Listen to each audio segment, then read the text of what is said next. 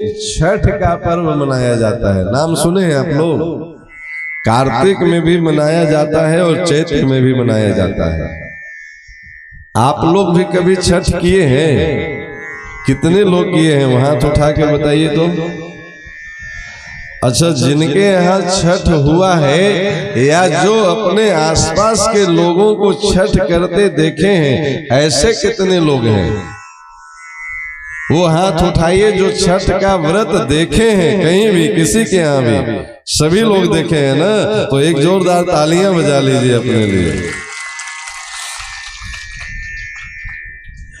अब जरा ये बताइए कि छठ का पर्व कितने दिन का होता है? 4 दिन का। उसमें पहला दिन क्या होता है? छठ के पहला दिन क्या करते हैं जी? नहाए खाए का मतलब क्या होता है?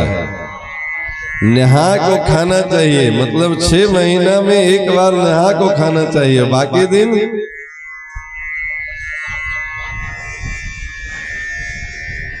बाकी दिन बस खाना चाहिए, फिर 6 महीना बाद नहाना चाहिए। नहीं, नहाए खाए का मतलब होता है पवित्र जीवन। निर्मल मन जन सो मोहि भावा। निर्मल मन जन सो मोहि पावा, मोहि कपट छल छिद्र न भावा। भगवान का पहला संकल्प है कि जिसका मन, जिसका तन, जिसका धन निर्मल हो जाए वो भगवान को प्राप्त कर लेता है। इसलिए छठ का पहला दिन नहाए खाए मतलब शुद्ध कर लीजिए सब कुछ। घर में चौका लगा लीजिए, शरीर को धो लीजिए, वस्त्र सफाई कर लीजिए। ये क्या है? शुद्धता। दूसरा दिन क्या होता है नहाए खाए के बाद वाला दिन? खड़ना। एक खड़ना अपभ्रंश शब्द है, इसका शुद्ध शब्द है खंडना। खंडना क्यों कहते हैं इसको? दूसरे दिन भगवान सूर्य की पूजा होती है सामने, उनको खीर का प्रसाद भोग लगा के, उनका प्रसाद पा करके भगवान से ये प्रार्थना किया जाता है कि प्रभु इसके बाद जो हम उपवास का व्रत ले रहे हैं वो बीच में खंडित न हो, ऐसी आप कृपा करिए। भगवान की कृपा से मेरा व्रत पूरा हो, बीच में खंडित न हो, टूटे नहीं, नष्ट न हो। इसलिए इसका नाम खंडना। ये थोड़ा धीरे धीरे बिगड़ते बिगड़ते खड़ना हो गया, ठीक है ना? तीसरा दिन क्या होता है?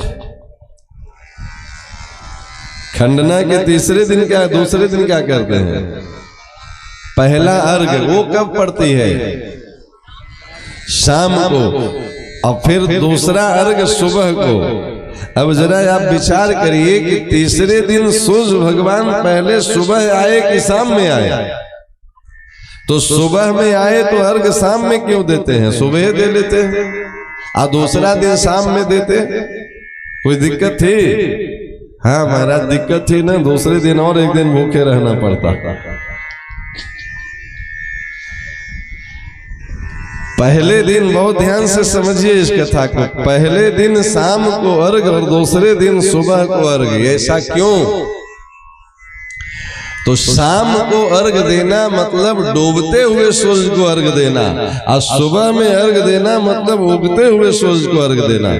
नहीं, डूबते हुए सूरज को अर्घ देना क्या है? तो हमारे आपके घर के जो बड़े बुजुर्ग, माता पिता, दादा दादी, जितने भी बड़े बुजुर्ग हैं, ये सब डूबते हुए सूरज हैं। नहीं, इनका जीवन अब अस्ताचलगामी हो रहा है। उगते हुए सूरज कौन है? तो घर के छोटे छोटे नौनिहाल बच्चे, ये उगते हुए सूरज, अभी इनका जीवन प्रारंभ हुआ। और अर्घ में क्या देते हैं? तो अपनी कमाई का एक हिस्सा। नहीं, अपनी कमाई से फल ले आए, ठिकुआ बना लिए, केला ले आए, संतरा ले आए, सेब ले आए, अंगूर ले आए। नहीं, ये अपनी कमाई से लाते हैं कि चोरी की कमाई से? अपनी कमाई का हिस्सा चढ़ाना, इसको अर्घ कहते हैं। तो हमारी कमाई का पहला हिस्सा किसको चढ़ना चाहिए?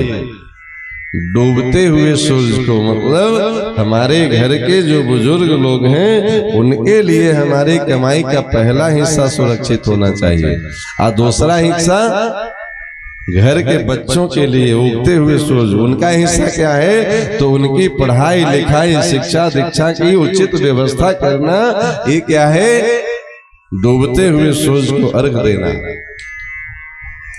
अब घर के जो बड़े बुजुर्ग लोग हैं उनके प्रति अपने कमाई का हिस्सा निकालने वाले कितने लोग हैं कि हमारे कमाई का पहला हिस्सा हमारे माता पिता दादा दादी जो भी बड़े बुजुर्ग हो उनको प्राप्त हो। क्यों जी? अपने सास ससुर को सबसे पहला हिस्सा कितने लोग देते हैं?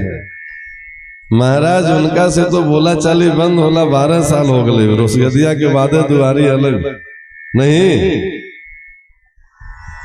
तो घर के जो देवी देवता जो डूबते हुए सूरज हैं उनका से बोला चाली बंद, अब फिर डलिया भर भर के ठेकुआ लेके जा रहे हैं, कहाँ, तलाई पर, नदी पे, अगल बगल के लोगों को खोइछा भर प्रसाद दे दे के पैर पोछ रहे हैं, माई जी आशीर्वाद दीजिए। आप लिख लीजिए, हम व्यासपीठ से कह रहे हैं, जिसके घर के माता पिता सास ससुर उनके व्यवहार से दुखी हैं, दुनिया का कोई देवी देवता आशीर्वाद नहीं दे सकते हैं। आप ठेकुआ बांटते रहिए, ठेकुआ खाने वाले लोग मिल जाएंगे, आशीर्वाद नहीं मिलेगा।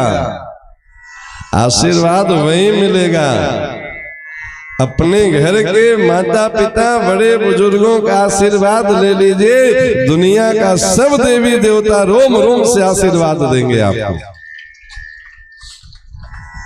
ताली जोरदार बज रही है, इसका मतलब बात समझ में आ रही है ना? तो बात समझ में आ गई हो तो एक बार इस विधि से छठ कर लीजिए, दोबारा करिए न करिए, एक ही बार में काम बन जाएगा। अपने घर के जितने बड़े बुजुर्ग लोग जिनसे किसी कारण से नाराजगी बन गई है, एक बार उनके पैर पकड़ के उनको मना लीजिए, समझिए पूरे ब्रह्मांड के देवी देवता का आशीर्वाद मिल गया आपको प्यारे। ये है छठ व्रत का सही विधि। भगवान को आप वस्तु से नहीं प्रसन्न कर सकते हैं, कितना केला बांटे, कितना सेव बांटे, कितना ठेकुआ बांटे, इससे मतलब नहीं है। हम उस विधि को समझ पाए कि नहीं समझ पाए? बात समझ में आई कि पहला दिन डूबते हुए सूरज को ही क्यों अर्घ? घर के जो बड़े बुजुर्ग हैं यही तो डूबते हुए सूरज है ना जी, कभी भी इनका जीवन समाप्त हो सकता है, इसलिए पहला अर्घ उनको चढ़ाइए। अब महाराज घर के देवी देवता से बोला चलिए बंद, और तालाब पे ठेकुआ बट रहा है, डलिया के डलिया। हम नहीं कह रहे, आप ही में से लोग आके कहते हैं महाराज 20 साल से पूजा पाठ कर रहे हैं फिर भी परेशान है। आप 20 जन्म से करते रहिए, परेशान रहिएगा, गलत तरीके से करिएगा, उसका लाभ कैसे मिलेगा? इसलिए अपने धर्म को समझिए। ये क्या है, ये कथा क्यों सुनाए? देवकी वसुदेव बनने की विधि। आप देवकी बनिए, देवताओं के अनुसार जीवन जीना शुरू करिए, तो ये सब घर के देवी देवता हैं। मातृ देवो भव, पितृ देवो भव, आचार्य देवो भव, ये सब देवता हैं। इनकी पूजा प्रत्यक्ष